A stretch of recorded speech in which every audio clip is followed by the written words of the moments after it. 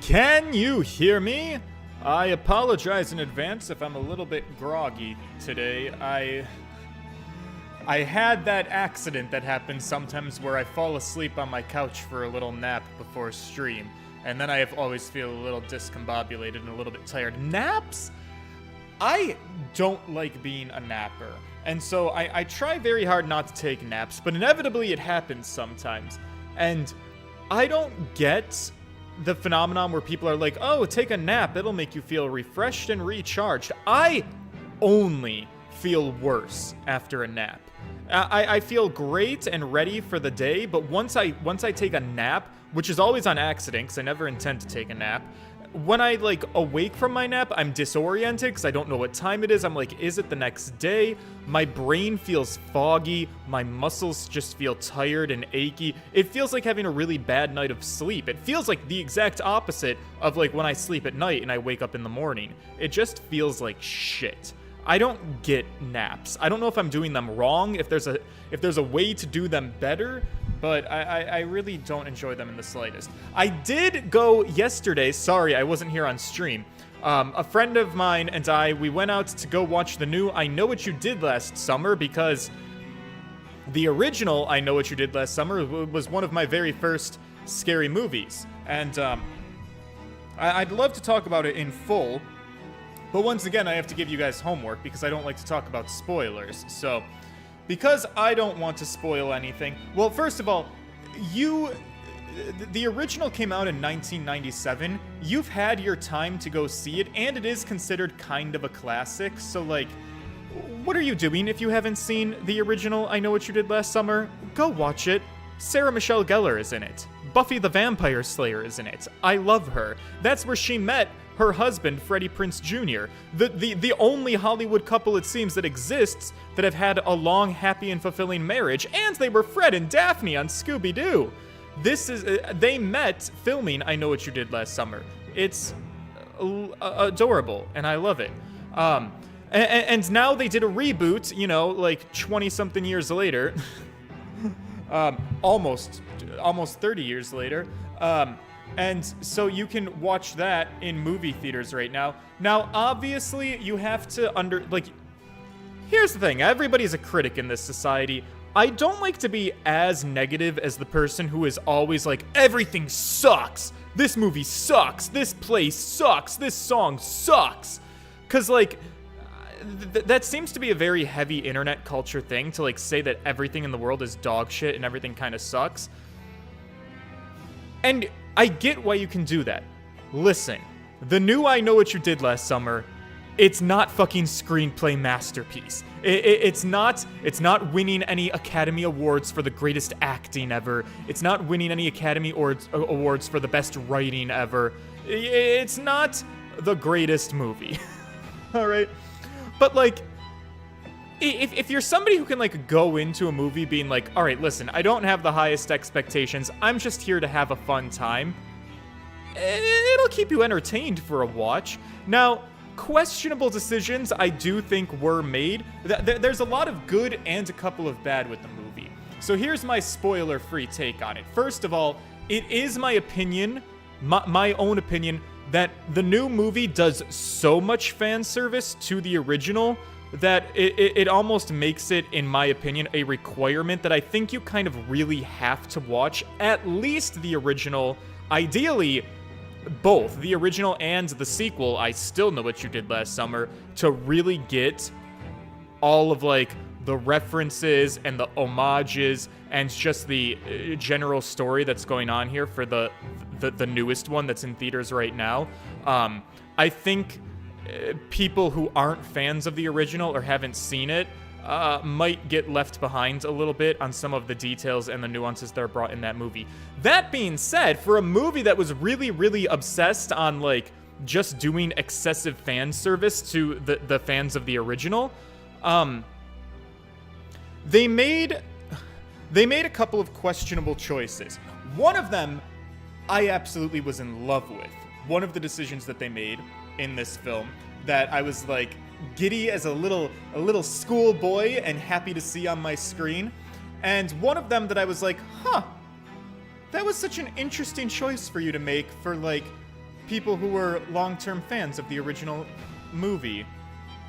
And I don't know that I quite agree with that choice that you made, but you made it, and so I'll strap in for this ride and see how it goes. I can't really talk more in detail about it than that, so... So that's my very wishy-washy, roundabout way of saying kind of nothing about the film. But it's in theaters. If you're somebody who fancies yourself a nice, easy slasher to watch, turn off your brain for an hour and a half, go watch the movie, and then we can talk about it ad nauseum. All right? One recent horror movie I saw was *Malignant*. 9.5 out of 10. Here's what *Malignant*. Don't know what that is. I will IMDb it and maybe check it out. Here's what I will say though about Sarah Michelle Gellar. We love her. She's an icon. And okay, you know what? Fine. I'm going to give you a light spoiler for the original How I Know What You Did Last Summer, the 1997 version, not the new movie. It's old as shit. You should have seen it by now. Spoiler warning, turn off your microphone. Don't listen if you're actually going to watch the movie and stream it and you don't want to know. Okay, spoiler in 3, 2, 1. Sarah Michelle Gellar's character in the original movie, she dies. She's not one of the girls who makes it. Her character gets killed. And she has one of the greatest chase scenes in all of horror movies. If nothing else, if you're like, George, I really don't give a shit about watching I Know What You Did Last Summer, for the love of Christ, at least go YouTube Helen Shivers' chase scene in 1997 I Know What You Did Last Summer. It is iconic. We love her. She deserved to live. And I think everybody shared in that sentiment. And so the new movie... obviously, you have a problem there because this woman who we all loved, well, she's dead as shit. She was killed off.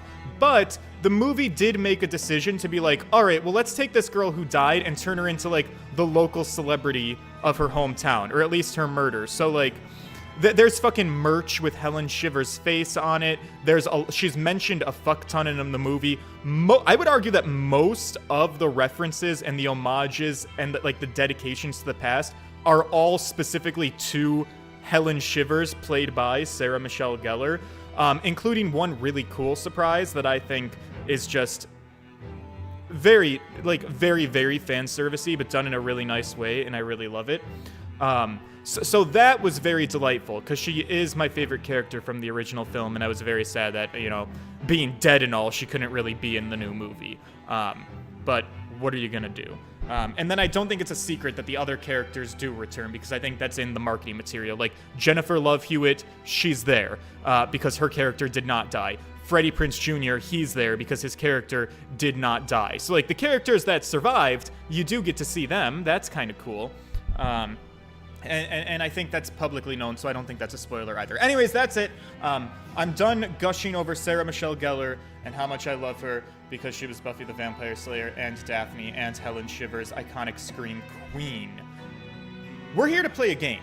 I've wasted about 10 minutes ranting about bullshit, so I think we should play the game. I don't remember what it is that I'm doing, though, so let me see if I can have a conversation with Mr. Detective here and refresh my memory. So, Sholmes, was it, right? Yeah, let's shift gears here and talk about what I'm supposed to be doing in terms of my job. Well, I believe I told you a little about the professor yesterday, did I not? He took the lives of 5 victims, everyone being either a member of the aristocracy or royalty. So he was like a Luigi Mangione, if you will. All were attacked by an enormous hunting hound, and they had their throats ripped from their bodies. Oh my, that's graphic. Oh, yes, Mike C, I did stay for the credits, and that's the other thing. There is a post-credits, or at least a post-main credits for I Know What You Did Last Summer, which is another Easter egg that will be appreciated by people who are fans of the original franchise. If you're not fans of the original franchise, once again, that Easter egg will be totally lost on you, probably, because that's another piece of fan service, like most of the movie itself was. So yeah, that was cool too.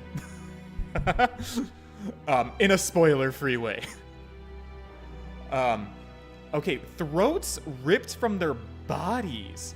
That's crazy. Oh gosh! An enormous hound? Well, that's awful. Yeah, you're telling me. After taking the life of his 5th victim, the killer was apprehended. It was a case of unprecedented magnitude in Britain. You understand. Accordingly, the professor was tried in a closed court. No members of the public were permitted. A closed court?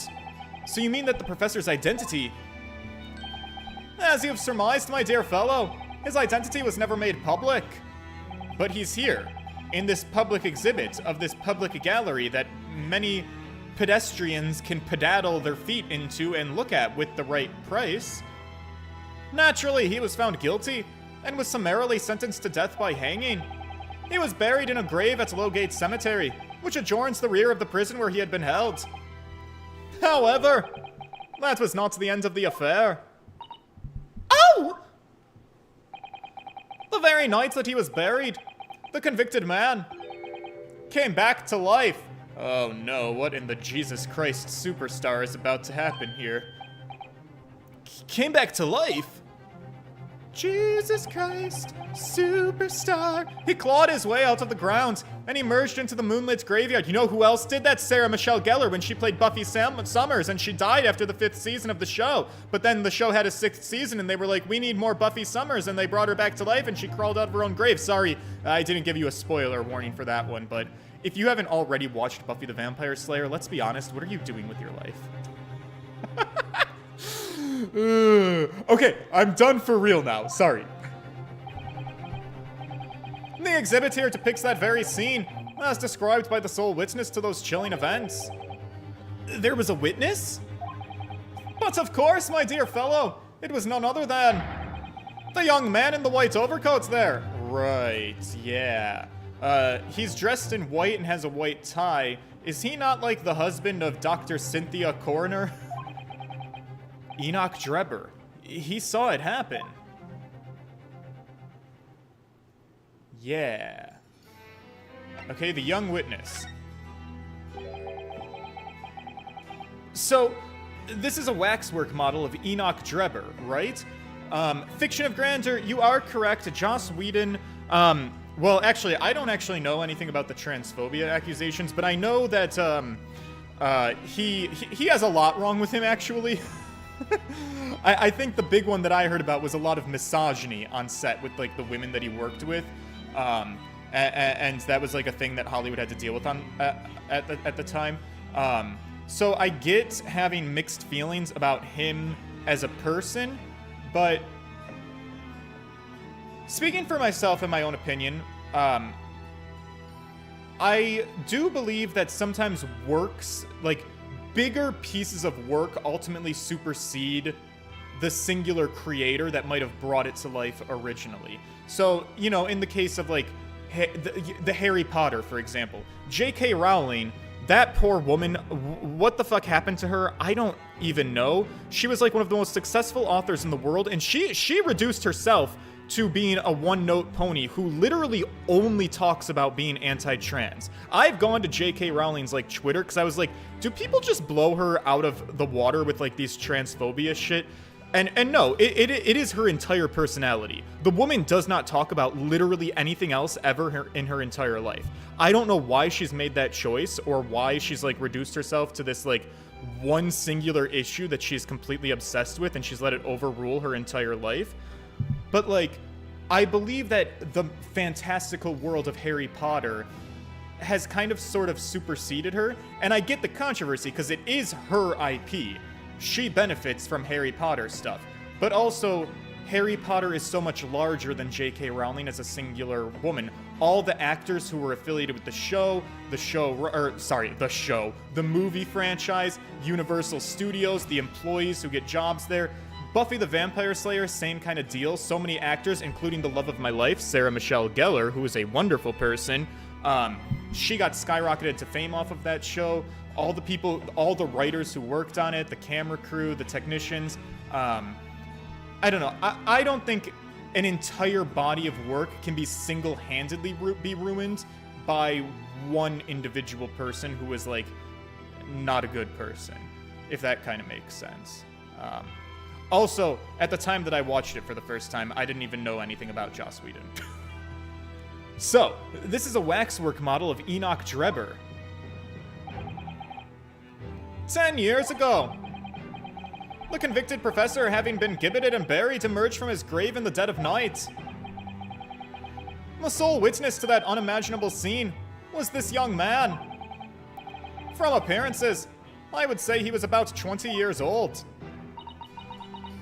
It's so horrifying. Oh, Dan Schneider is another really good example. Like Nickelodeon. So many of the Nickelodeon stars are like in this really awkward state of having mixed feelings because they themselves, after like the documentary and stuff, so many of them have talked about it where it's like they feel so conflicted because Dan Schneider was like such a horrible person and kind of a creep, but also like their entire life success, a lot of them was like built by Dan Schneider. So it's like there's such a conflicting, like I know this is gonna be crazy to people, but like the world is so full of gray. In fact, all people, both good and bad people, there's not universal good and universal bad. Everything's kind of like a mixed bag. You know, Ariana Grande, who's one of the biggest stars in the whole entire world, was kind of put on the map by Dan Schneider casting her in Victorious. That was kind of like her breakout role into celebrity culture. Victoria Justice herself got her own show, but I think she was also screwed over by Dan Schneider. It's like the world is an unfair and unkind place, and people kind of suck. But I get in some capacity how some people come to the decision to separate the work from the artist and the work. And also, once again, it's not like Dan Schneider, despite the fact that he is the creator behind everything, not a single one of these things. It's not as if the TV show Victorious is 100% in its authenticity Dan Schneider's work. Like, watch the credits that roll at the end of Victorious. You'll see that show's made up of so many fucking people that, like, I think it's wrong to say that it's all entirely Dan's product. Just because they're the biggest name attached to the product doesn't mean that it's, like, all them, if that makes sense. I don't know. I'm rambling. All right, I'm sorry. I need to focus. I have a job to do here. I have a client, and I have to do court, and we're running out of time. It's so horrifying. Scared out of his wits, the young Drebber ran to a nearby police station to report the incident. And the sheer terror of what he'd seen is said to have turned his hair white overnight. Oh, so kind of like presidents. When you look at their presidential portraits once they've taken office at the inauguration, and then you see them 4 years later when they've aged like 40 years. Yeah, shown in the photograph we have of him, his hair is completely white. For the following few days, the story of what he'd seen was on every front page in the Capitol. The public was frantic for every last detail about the killer who'd come back to life. As you've seen, an exhibit was even created here at Madame Tusspel's. Well, I can quite understand why the man's hair turned white, certainly. But what I don't understand is what Mr. Drebber was doing in the first place. Maybe he was a grave robber. Why has he got a shovel? What was he doing in a lonely graveyard in the middle of the night? Yeah, what was he up to?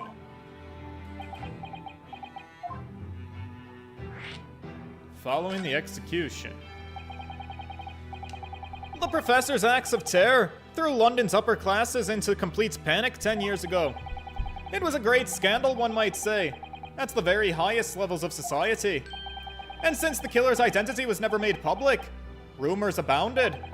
After all, no killer had ever before systematically employed a dog as a weapon of murder. Yeah, I can imagine the impact the case must have had. Actually, George, it's a spade. Alright, listen. Maya Fey, let's not split hairs over the steps versus the ladders. But in time, of course, the rumors abated. So too did talk of the shocking witness accounts of the convict who came back to life. It was forgotten, dismissed as a dubious ghost story, as a preposterous parlor tale. But why did the people stop believing it? Because it sounded like a bunch of bullshit, Susato-san. Why, simply because there was no resurrection to speak of. as was established in fact. What do you mean by no resurrection? Well, the police investigated the grave in Lowgate Cemetery and published their findings. The convict's body was found to be buried exactly where it had been following the execution. No! But that would mean that Mr. Drebber had to have lied to the police and to the newspapers. That would appear to be the only logical explanation, yes. The young man subsequently vanished from society, and nothing had been heard of him since. It's rather striking, then, that he should resurface now, don't you think? Of course, the convicted murderer couldn't really have come back to life. That's just not how science works. And I'm a scientist now. But Drebber's hair is unusually white, and if that really did happen overnight as a result of shock, it's hard to believe the incident was out and out a lie. Well, I think that that's like an exaggeration too. I don't think this man's hair turned white overnight. Okay, well, what the fuck am I supposed to do with this information? Am I supposed to look at things? I guess I could try. This must be the killer. He was known as the Professor. Yeah, I think you're right. According to what Madame Tuspel said, he killed 5 victims, all of noble or royal blood. The waxwork is so lifelike, isn't it? All the models in this place are so lifelike. I know. It looks like it could start moving at any moment. If only it had a head. Maybe we should examine it in a little more detail. Yeah, let's get on that. Alright, let's look at its missing head. Number 139. Alright. So, this is the condemned man. Yeah, the so-called professor. Well then perhaps. Maybe his head was chopped off by a guillotine. But unable to find peace, he emerged from his grave as a headless ghost! Girl, what are we talking about? No, the head was... Don't we know that the head was stolen? What? I'm sure the model had a head once. Susato-san, wait, have we been smoking weed? I remember having a conversation here. The head was just stolen from this mannequin. That's an extremely absent-minded detective you're describing, or perhaps the thief absently-mindedly forgot to include the head when they returned it to... Yeah, we've established this as fact, I think. The body was returned, but the head was not returned. What? Maybe I did this out of order? Okay, yep. Could there have been some reason why the head wasn't returned? Because we're not supposed to know the identity. It's to keep the whodunit a mystery. Well, we don't know the face of the infamous professor, I guess. Oh, but wait. There's something caught just inside the convict's jacket here. It looks like a piece of broken glass. And actually a rather large piece, too. It's very thick, isn't it? About 5 times thicker than normal window glazing, I would say. Such an interesting education you have, Susato-san. Where would such a thick piece of glass have come from? I suppose it must have been made thick to increase its strength. But why? Wait, what do I have that's made out of glass? Wasn't the Crystal Tower made out of glass? The Crystal Tower that shattered when a cage fell through it? Also, there's this man. Forgot about him. That's the guy, that's Enoch Drebber. The bird cage is wood. The balloon, the screwdriver, the autopsy report, the photograph. Crystal Tower. Made of glass, I think. Well, perhaps. Because the glass had to span a particularly wide area, such as a big building, for example. The Crystal Tower! Well, we did see a large glass building recently, haven't we? And some of the glass is broken, too. You don't mean... Exactly. The Crystal Tower at the Great Exhibition. But why would glass from the Crystal Tower be lodged inside the waxworks jacket? It makes you think, doesn't it? Because, as I've already predicted, and I remember this, that's how this magic trick was pulled off. They used a wax figure as the stunt double. This thing went through the glass. Probably. Earlier in court, we established that the kinesis experiment was a trick, and now we discover this fragment of glass here in this waxwork. Is it just a coincidence? No, I don't believe in coincidence. Can I look at anything else?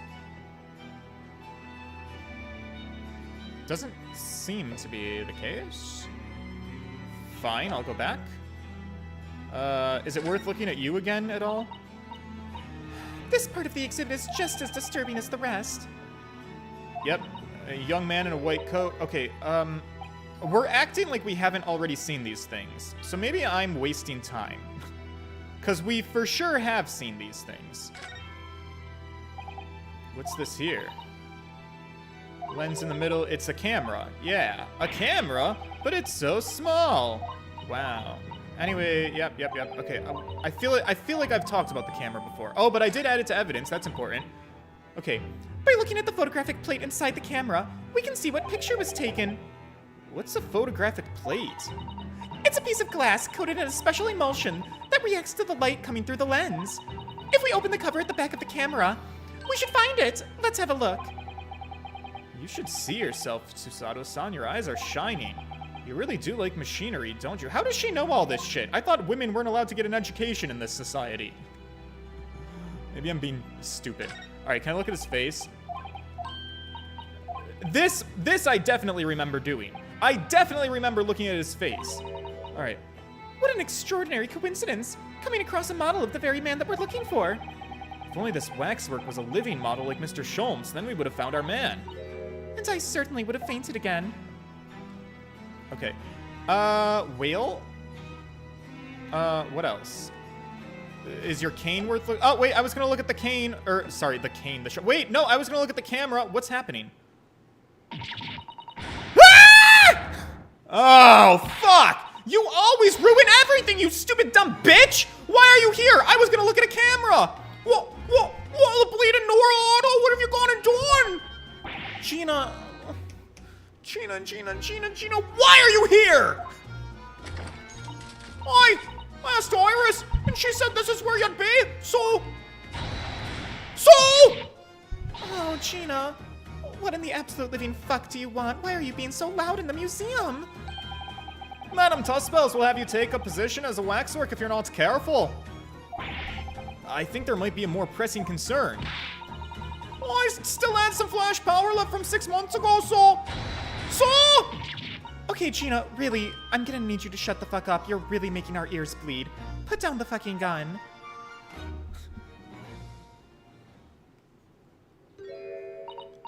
Oh, sorry. Oh, I got scared. Scared of what? You should try being on the other end of the barrel. All right, Gina. Why the fuck are you here? What brings me here? Well, what do you think? We found it. We found the Dodgy's Covers workshop. Wait, you found Drubber's workshop? Uh-huh. Toby's nose took me straight there. The boss and the others are heading over there now in a drag, so come on. Here's the address. Got boss to write it down. Oh my god, Gina, you're wonderful! We'll make our way there at once. All right, let's not stroke her ego too much, Susato-san. She still kind of sucks. But I do appreciate the address. All right, then. See you there. Well, sick, we got a new... Oh, well... I mean, to be fair, this is how I feel after I talk to Gina, too, so I get it. You go. Don't mind me. I'll just stay here. Being still. What? I know my place. In the exhibit over there. Oh, dear. Someone's feeling rather sorry for himself. Right. Is this something we have to deal with? No, Mr. Sholmes, please, come with us. We need you. Your words hearten me, I must say. But if I were to shirk my duties here, Madame would have to pay me monetary recompense, and Iris's dinner plate would be empty at once. Forget that, I'll pay for everything. Ryunosuke, what the fuck are we doing? We don't have that kind of money. Oh, well then there's not a moment to lose, my dear fellow. I shall hail a carriage at once. Huh, no offer to share the cost for Mr. Sholmes then. Well, no. This is why you don't offer people money, Ryunosuke. Never a lender nor a borrower, that's what Mother always says. Oh, I shall gladly pay half, Mr. Naruhodo. Thanks, Susato-san. Alright, well, let's go.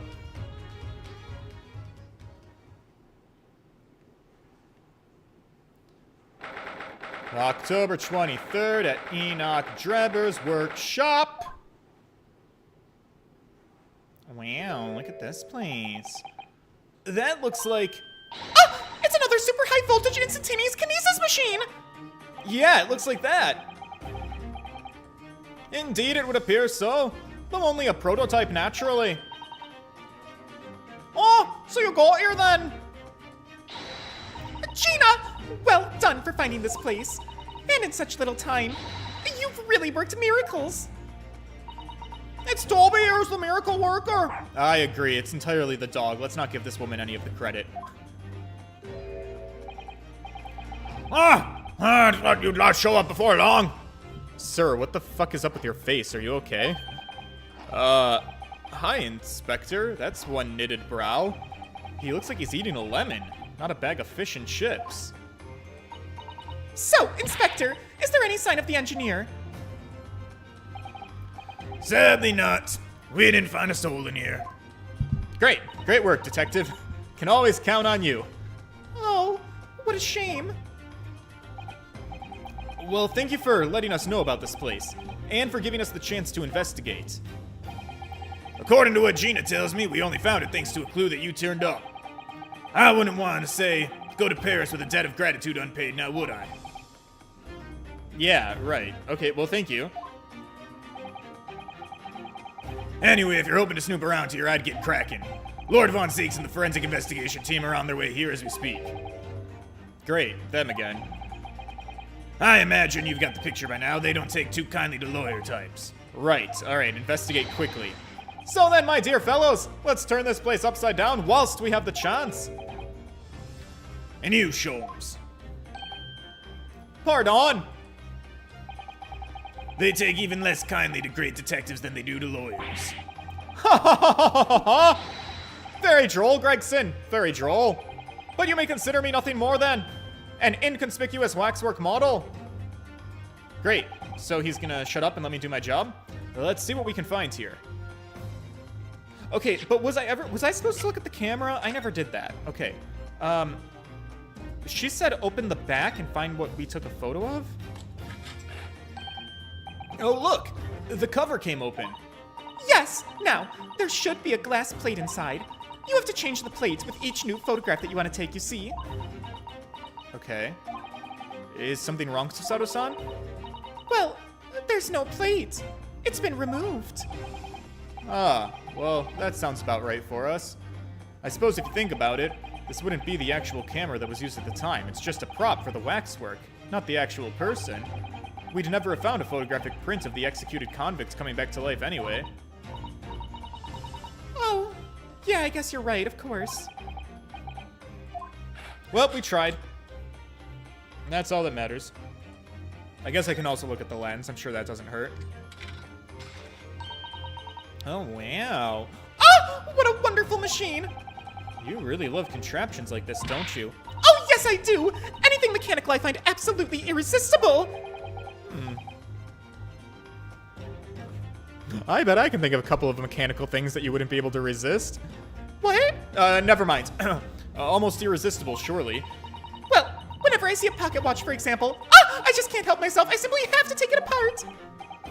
That's a little worrying. Yeah, Father tells me that by the time of rumbling, Jesus fuck. Father tells the time by the rumblings of his stomach now. He's given up having a watch. You're feeding him watch parts? Poor mitochondria. Okay, well, oh, wait a second. Sorry. No, can I open this again? Got so excited by Susato-san. I'm sorry, is this blood? I just pay no attention to what I'm looking at, and then I'm like, wait a second. Hold up. Is this what I think it is? Mr. Naruhodo, look! What is it? On the bellows just here, there seem to be some very dark red stains. Yeah, you're right. It looks like blood, actually. Oh my. I'm sure it's not what you're thinking. Alright, details of the camera updated in the court record. When the lens is extended, dark staining is visible on the bellows. Okay. Good I made a note of it, I guess. Let's get examining. Examine everything. Let's start with the big machine in the middle of the room.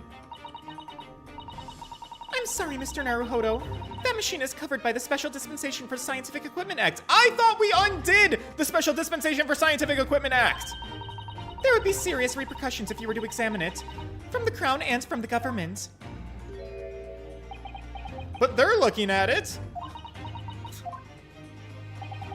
Well, those two don't seem to be holding back. It's quite hollow inside. No working parts or devices of deception seem to be anywhere, my dear fellow. No loose change drop on the floor, nothing. Not even a bone for Toby here, my dear fellow. British people are very much ruled by their own ideals, aren't they? I think that's just these two, Miss Susato-san. Okay, great. Well then, what can I look at? This trophy? Is this anything important? Oh! This appears to be most interesting. Yes, most interesting indeed, wouldn't you say? It is an impressive looking back massager, that's for sure. What? I have no doubt that if you hit your shoulders a few times with that, your aches and pains would soon go away. What? It's a Royal Society trophy for excellence in science, Mr. Naruhodo. A young scientist could wish for no higher honor. Oh. Would you like a massage? Well, if you're... No, I'm fine, thanks. I had no idea it was such a grand thing. I think it's becoming increasingly clear that there's much more to this Mr. Enoch Drebber than conjuring tricks. I couldn't agree more, my dear madame. And how about you, Mr. Naruhodo? Wouldn't you like to take it with you? For your tired shoulders, of course. Okay, no, that's fine. I'm sorry that I'm kind of an idiot. It is curious, though, isn't it? You wouldn't expect such an important trophy to be proudly on display somewhere, not haphazardly cast aside. English gentlemen can be quite mysterious at times. I guess they can be. Okay, sick. What else can I look at? What about this? Okay, well, this is not the bow part of a bow and arrow. This is the quiver. Is that what they call it? The thing that holds all the arrows, and we know that something was shot with a crossbow. It's a European-style quiver of arrows with steel bolts inside. Oh! Wait, do you suppose? Crossbow bolts these. And just the right size for the bow you lot turned up at the exhibition grounds. In other words. Yep. That's more evidence to support your theory. It all goes to show that Drebber was the one pulling the strings behind the scenes of the whole scam. Well, that's great for us. Crossbow, found hidden behind a tree under the experimentation stage at the exhibition grounds. It belongs to Enoch Drebber.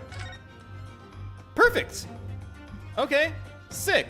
Well, what else am I supposed to look at? Oh, son of a bitch. I bet I have to talk to fucking... Oh, no, I don't have to talk to him. Okay, great. All right, what's this thing? What on earth is this? It's an aeroplane, Mr. Naruhodo. One day, scientists believe it will allow humans to fly freely in the skies. Is that how the trick will be described?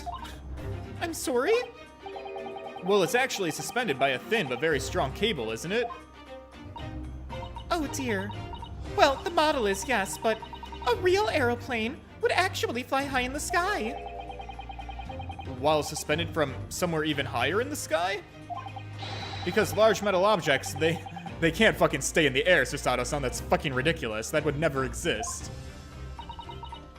So to you, the solution is even taller towers? Okay, cute. Cute. Oh, what's up here? No, Susato-san, sorry, I'm trying to go up. Oh my god, here we go again. No, I want to go up higher. Oh, fuck my life! Oh my god, I have to listen to them talk again and everything. Jesus Christ, where's the skip button? Okay, this is what I meant to do. Is there anything even up here to look at? Maybe I didn't mean to do this. I mean, why would they... No, there's gotta be something to look at up here, right? Like, why else? Why even have me pan the fuck up? What? Okay, hang tight, everybody. I'm gonna find the thing that I'm missing. There's some... Oh, maybe this door? This door. It doesn't want to open. Yeah, Looks like it's got a pretty hefty lock on it. There's a specialist locksmith on his way over from the yard, so hands off till he gets here. With permission, Inspector. I could have that lock open in less than a minute. Well, you don't have permission, and no one's giving it to you. Gregson looked as though he really enjoyed that. Well, there's no sound of anybody on the other side. No, Drebber must have fled at the first sign of danger. Oh! Oh! Oh! Oh! Is something wrong, Mr. Sato? I just thought I heard a noise. You guys didn't hear that? From the far side of the door? Gina, did you hear it?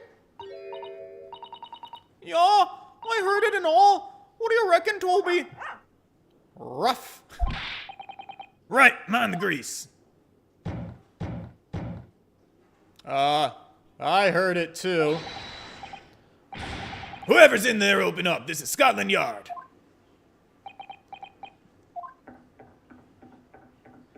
Well, Gregson, that wasn't a very bright idea. We should have just opened the door. You just scared them off. Oh dear. Someone is in there! Nah, that's rotten bleeding lock. Let Sholmes do something.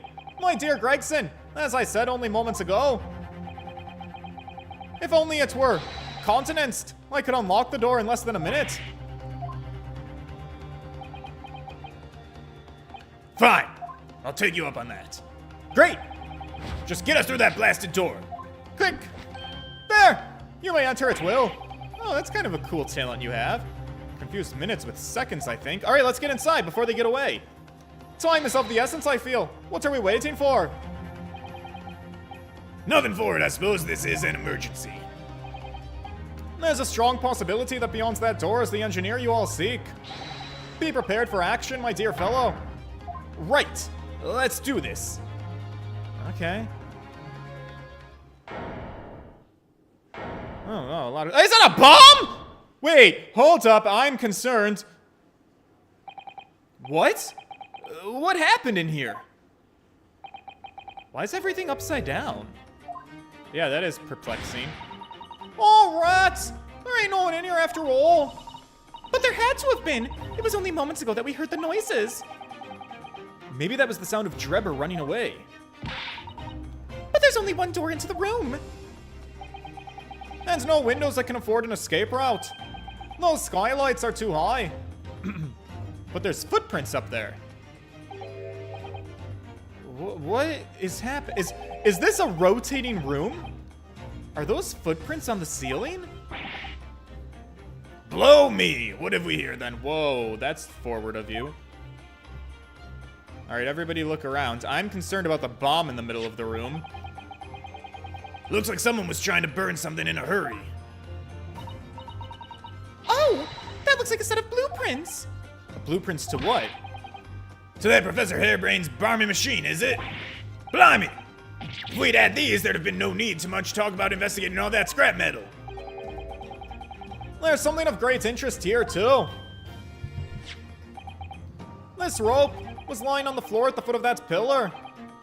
A rope? Well, what's significant about that? Never mind. You see, but you do not observe, Mr. Naruhodo. What? We must investigate the entire room thoroughly, and before the forensic investigation team arrives, too.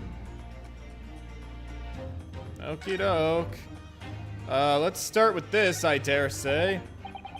Mr. Sholmes, have you found something? Oh, Mr. Naruhodo. Yes, in point of fact, something rather fascinating. What do you make of this? Well, it seems like it might be a bomb. It looks like a bundle of thick cigars wrapped in a large— Ah! Oh. Ah! Susato-san, what's wrong? Surely that's a time bomb, isn't it? What? What did you say? A time bomb? What's time? What's a bomb? I'm stupid as fuck. I'm sorry, but what's a time bomb exactly? Huh? You're truly one of a kind, Mr. Naruhodo. I'm not gonna take that as a compliment, actually. Huh! You don't know nothing, do you, Otto? You don't have a clue about anything, Gina. You don't have an education. I invite you to consult the dictionary later, Mr. Naruhodo. But this particular specimen is no time bomb, though I confess it does have a very similar appearance. Oh, well, thank God. Okay. But then, what is it?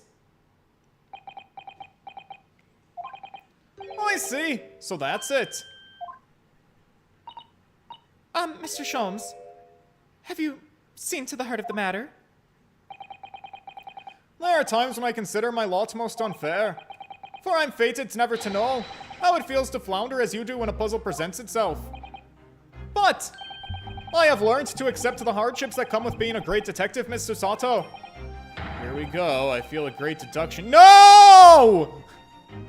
Oh my God, haven't we been investigating for like a month and a half? We have to do another deduction? Once again, I can draw two conclusions from the scene we see before us. The first is that the inverted nature of the furniture in this room is the work of Drebber himself. Oh! But how could you?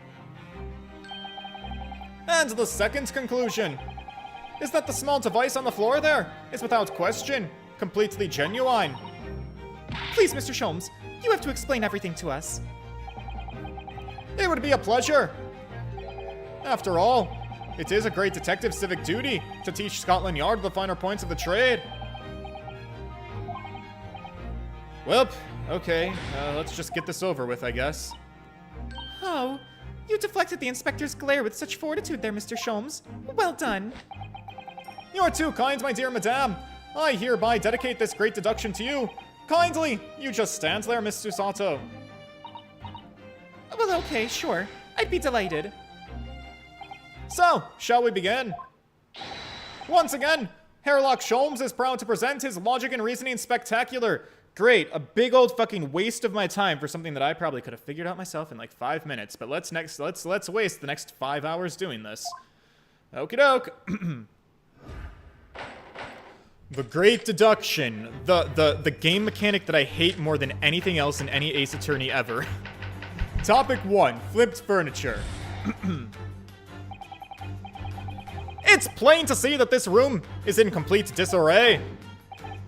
The bed, the table, the chairs, the lamp, everything is upside down.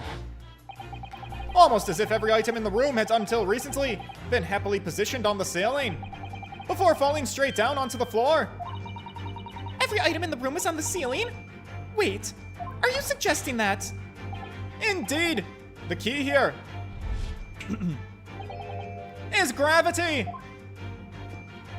Gravity? It would appear that technology has at least succeeded in freeing us from the great pull of the Earth. For the gravity in this room was reversed, and then suddenly restored to normality. So my hypothesis is that the room flips. There's some, like, rotation device. Goodness! The inverted furniture clearly reveals the truth about the part that gravity played in this whole business. I quite understand your skepticism, Mr. Sato. I, too, was incredulous at first. However, my conviction and my analysis was cemented when I observed this. An anti-gravity device! Almost identical to the one that featured in a dream of mine only the other day, in fact. Is that what that is? But then why does it have a clock on it? A most relevant question indeed. That is a timing device that controls when the gravity direction will switch. There was a clear requirement for the engineer to be able to restore normal gravity automatically. And the commotion we heard earlier from the other side of the door was the moment that the restoration occurred. Yes! The reason why everything in here has been turned upside down is because of the anti-gravity device. So you see, we need to look no further to explain the state in which we now find this room. The direction in which gravity acts here was reversed by Mr. Drebber, before being restored to normality in an automatic fashion sometime later by the timer device. I have witnessed precisely this scene in a dream I once had when I fell out of bed. He talks so much and says so little. I think that's what I find the most annoying about it. Topic 2. The missing engineer. Now, let us consider the next conundrum. What was our engineer friend's aim? Indubitably, the greatest clue we have to explain his actions are above our head. Yeah. How is it possible that there are footprints all the way up there on the ceiling? A question whose answer will lead us neatly to the truth, my dear madame. The reason there are footprints on the ceiling is because of the nearby skylight. Of course, Trevor's aim was singular, to escape. However, there is but one way in this room. Excepting the skylights, that is. Oh!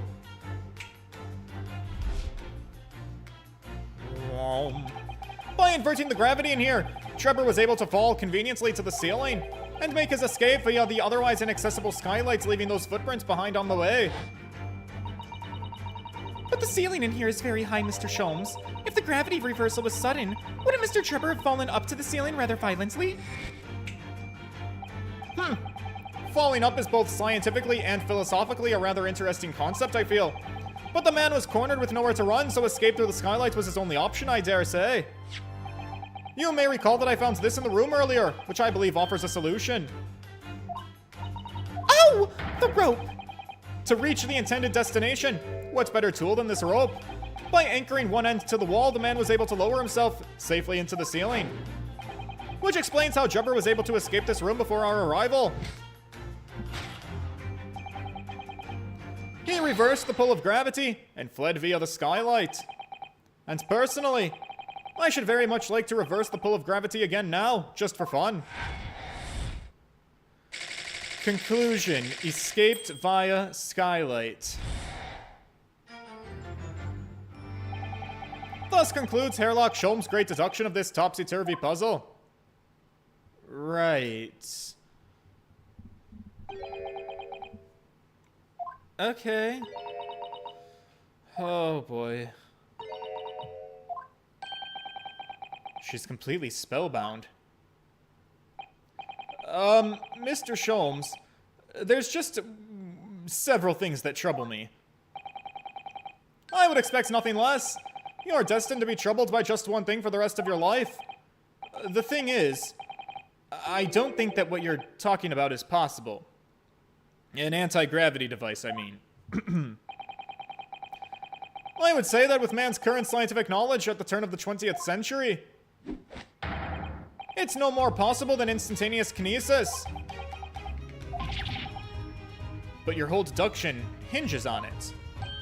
Ah, but my dear fellow, when you have eliminated the impossible, whatever remains must be the truth, however improbable it may seem. Well, yeah. It's a marvelous line, wouldn't you agree? One of my more enduring pearls of wisdom. I had Iris come up with the exact phrasing. My original was clumsy. I have a feeling I've read it in something that Mr. Sato lent me once. Actually, there is one other thing, Mr. Sholmes. Oh, okay, what's up? The rope you found was on the floor, wasn't it? Indeed it was, in lonely coils near the wall. But if Mr. Trevor had used it to escape in the way that you described, wouldn't it still be tied to the wall?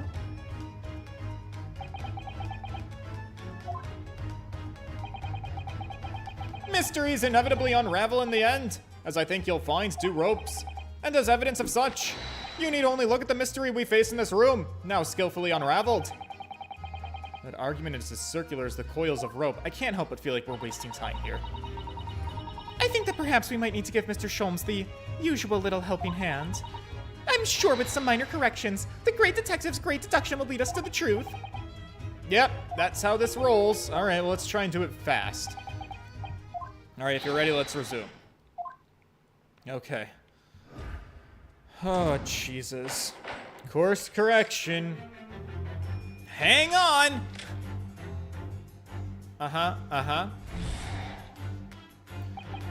Alright, so once again, we enter my favorite part of the game where we run through the exact same dialogue all over again. The same long-winded dialogue all over again.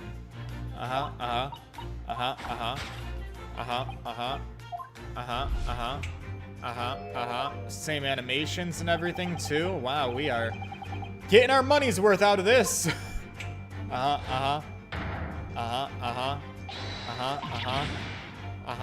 Yep. All right, something to pay attention to. To think that gravity could have been reversed in this very room, I find the whole idea utterly enthralling. Only Mr. Sholmes could conceive of such an explanation. But the man himself admitted it was a scientific impossibility, so... Well, yeah, you're quite right. We must completely discount the idea at once. Oh, that's unusually merciless of you, Mr. Sato. When you have eliminated the impossible, whatever remains must be the truth. The great detective himself said so, didn't he? While refusing to part with his dreams of anti-gravity devices. Well, yeah, I suppose so. Alright, well, let's see if examining this topsy-turvy scene a little more closely reveals some proof that shows what the gravity in this room was or wasn't doing. Fuck! My god, we're talking so much and doing so little.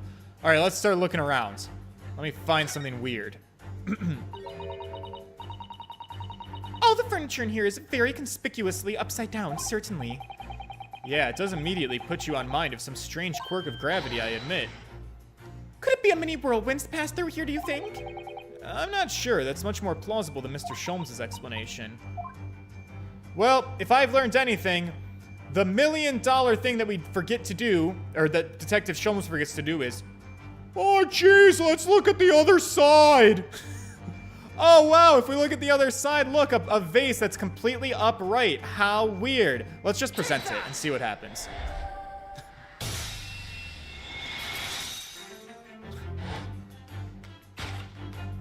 The upright vase clearly reveals the truth about how about the part that gravity played in this whole business. Upon my word, Mr. Naruhodo, you've surpassed yourself by completely turning my argument on its head. Trying to impress your assistant here, perhaps? No one's trying to steal your spotlight here, Mr. Sholmes. I'm just trying to keep the show moving along. As you rightly say, though it appears at first glance that all the furniture in this room is upside down, this unassuming slender vase is standing keenly to attention. And unlike the large safe, there is nothing affixing it to the floor. And it's the exception that breaks the rule. In short, as much as it pains me, the gravity in this room was never inverted at all. My deepest sympathies for your loss. Oh, poor Mr. Sholmes. But the show must go on, so let us continue with our deductions. Now that we know this contrivance is not in fact an anti-gravity device, there remains but one other possibility. Not the time bomb. Someone deliberately turned over every piece of furniture in here. Which might sound obvious, but leaves one mystery very much unsolved. Namely, why would anyone choose to do that? Well, one time when I was in high school, I did literally this. It was actually, it used to be kind of like a popular prank. This girl that I was friends with in high school, she was like having a party at her house, and me and a couple other boys, we snuck into her bedroom, and we flipped everything in her bedroom upside down. We put her bed upside down, all of the pictures on her wall, all of her furniture, everything. She was really pissed at us. We thought it was funny because we were teenage boys. Quite! And naturally, there is an explanation. Yes! The reason why everything here has been turned upside down is because of the anti-gravity device. We just ruled that out. We literally just ruled that out. I'm afraid the lure of an exciting scientific explanation is just too strong. There's no doubt that somebody did this. Somebody turned all this furniture over, so whoever it was must have had a reason. But I'm afraid that nothing comes to mind at all. Well, let's look around and see if the answer presents itself. Okay, well, let's look at the anti-gravity device. We've already established that the gravity wasn't actually reversed in here. In other words, this isn't an anti-gravity device at all. Which makes me very curious to know what sort of device it is. But I think for now it's clear that we're looking for an answer elsewhere. Oh, are we? Oh!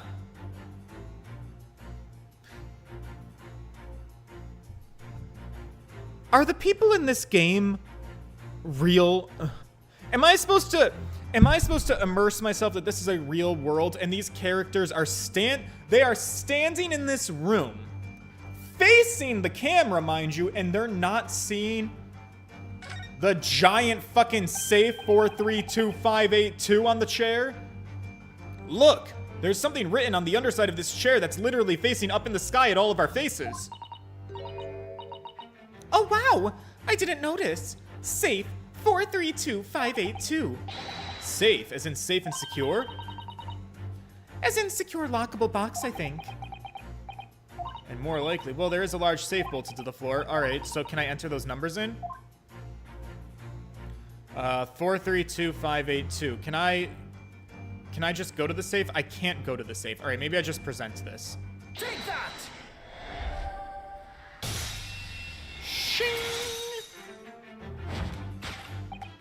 Yes! The reason why everything in here has been turned upside down is because of the safe combination. Precisely! I believe, Mr. Naruhodo, that you had a very similar experience once, did you not? Yeah, last year, actually, when I bought a lottery ticket and noted the ticket number down just inside the cover of a book, just in case. That's it! For people are forgetful souls at heart, and they always make a written note of important information. Just keeping the ticket itself would be more sensible, I would think. And what, pray, happened next, Mr. Naruhodo? When the day of the draw came around, I'd forgotten which book I'd written the number in and had to turn my room upside down to find it. That's it! For people are forgetful souls at heart, and always forget where they've noted things down. Not if you always note things in the same place. I actually won the second prize, you know. But I couldn't remember which magazine it had slipped the ticket into. Thank you, Mr. Naruhodo. I believe I've proved my points now. Which is that a very similar scenario as clearly unfolded in this room. Finding himself requiring access to the safe, the occupant of this room needed the combination code. He remembered that he'd written it on the underside of a piece of furniture, but he forgot which piece of furniture because he's a fucking idiot, leading to the state in which we now find the room. Yes! Mr. Drebber overturned all the furniture in here, in a desperate hurry, to locate to the combination code that would unlock the safe. Oh my god, all of that was only topic 1. Holy shit. Oh my god. See, do you, like, okay, I think we all see how fucking stupid this is, right? Now, let us consider the next conundrum. Okay, yeah, okay. Let's just skip ahead to the part where we find whatever's wrong here.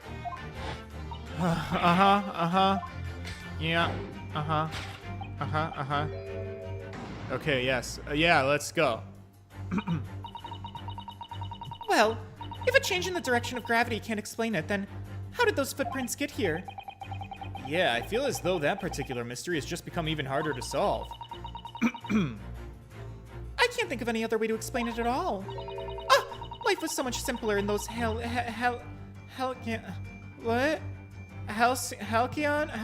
need to learn a new word. Pardon me, my throat is also very dry. I've been talking a lot today. Halcyon? Halcyon?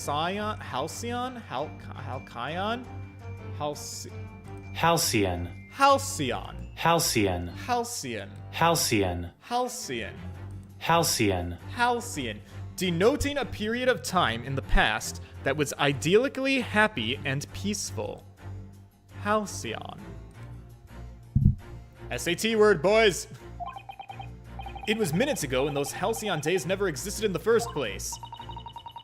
Well, I suppose we must simply put our faith in Mr. Sholmes and observe the area in more detail. If I read more books, I would have a better vocabulary. Putting our faith in Mr. Sholmes is what got us into these situations in the first place. Well, do you think the answer might exist if I turn things around? Oh, of course it does! Look, there's more footprints. Let's just see where this takes us. Balloon. Bloon. Do you guys remember Miss Bloon? From the fucking Ace Attorney 6? Being able to fly freely in the sky, that has been mankind's dream for centuries. And of course, the balloon is the invention that's made that dream come true. Mr. Drebber, clearly a man of dreams, used the balloon to ascend to the ceiling and plant his feet on the roof. Oh, I think I fucked it up, actually. Wait, no, what? So, am I fucking up? I'm fucking up the fucking deduction thing? Oh my god, I'm just trying to rush. Fine. Okay, shit, leave me alone.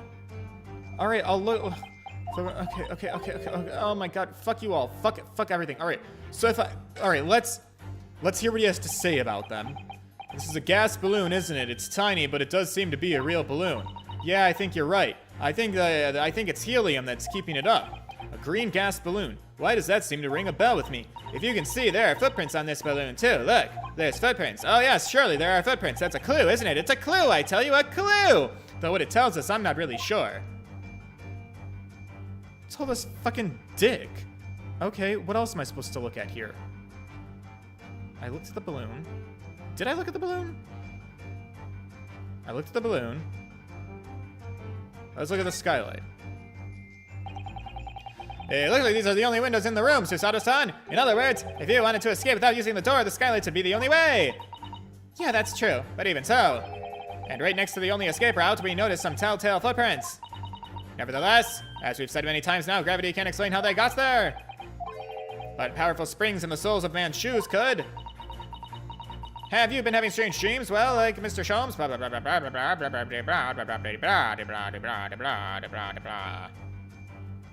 What are we talking about? What am I... What? What? Oh, look, there's a shoe! Take that!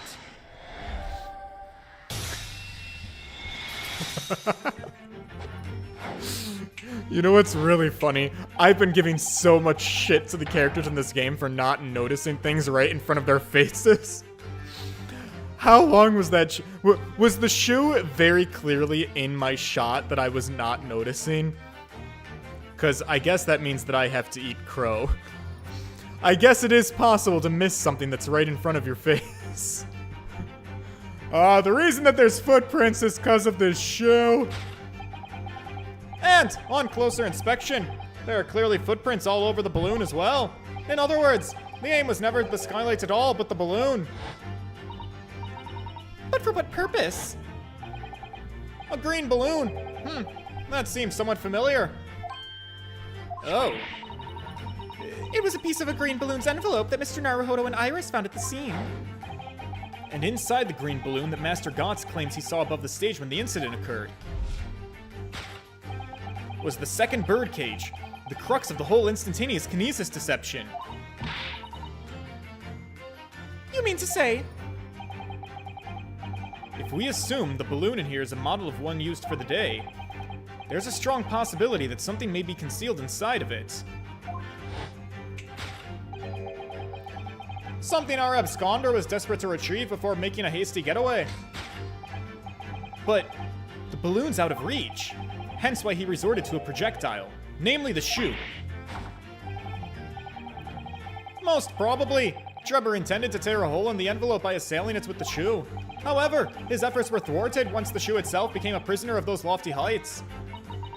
Oh dear. Well, then we desperately need to examine that balloon. If only there were some way that we could see inside of it. You may recall that I found this in the room earlier, which I believe offers a solution. Oh, the rope! To reach the intended destination, what better tool than this rope?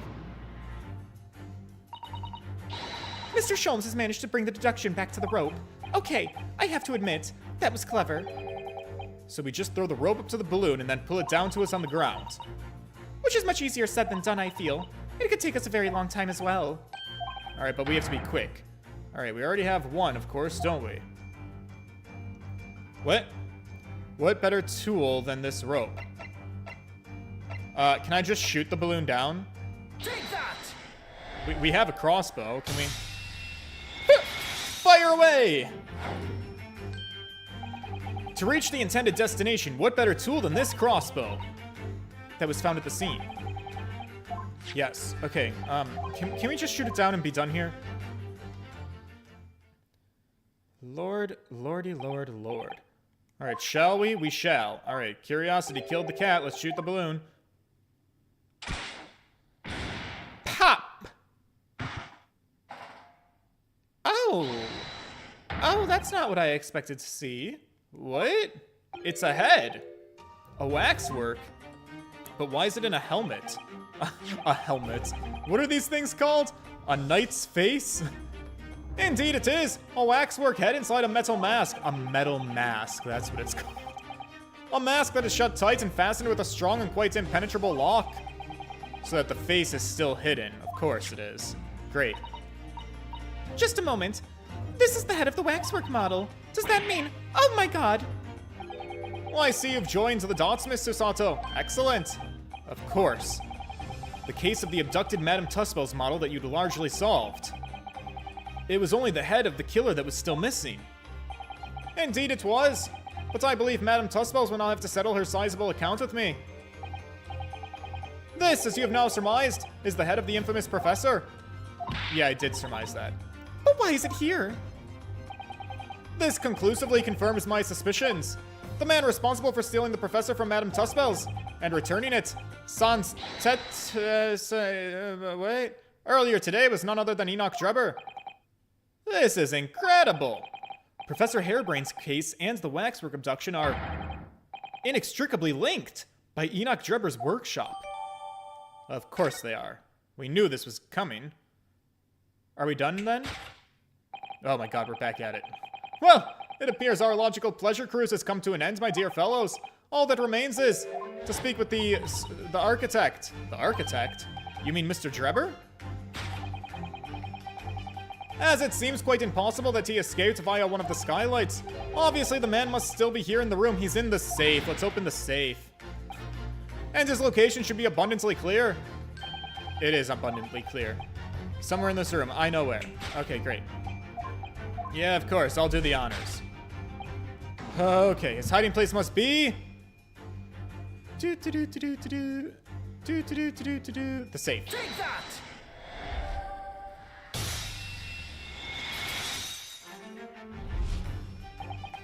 Before we gained access to this back room, we heard noises from in here.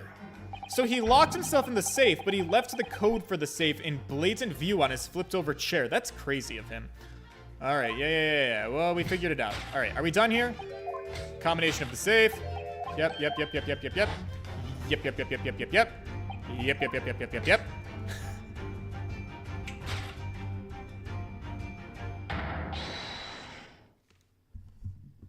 Now, do you guys understand how much faster this would have been if I just examined the room myself, saw the combination of the safe, and was like, oh, it's the combination of the safe. Let's go over to the safe, put the combination and open. Oh my god, there's a man inside. We would have been here 20 minutes ago.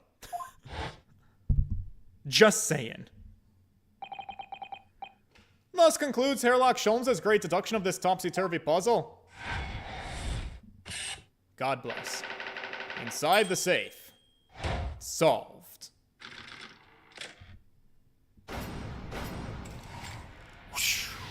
Elementary, my dear Wanda.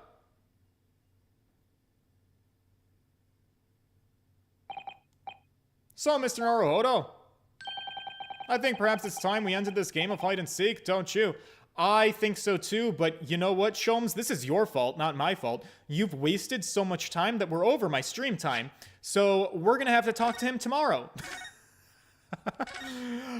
We could have talked to him today if you let me just examine the room and get to this moment 20 minutes earlier, but no. All right, you took too much of my time. You dicked me around here talking about anti-fucking gravity, wasted a fuckload of time, so now we're done for the day. It's your fault. You're not getting paid overtime for this. And if you guys want to see me open the safe and let this man out and have a conversation with him, well, now you have to you have to wait the next day. I'll be back here tomorrow at 7 o'clock Eastern time to make that happen. If you guys could please leave a like on the stream, that'll make it all worthwhile for me, and I will see you in the next one. Okay, boys. Until then, toodles!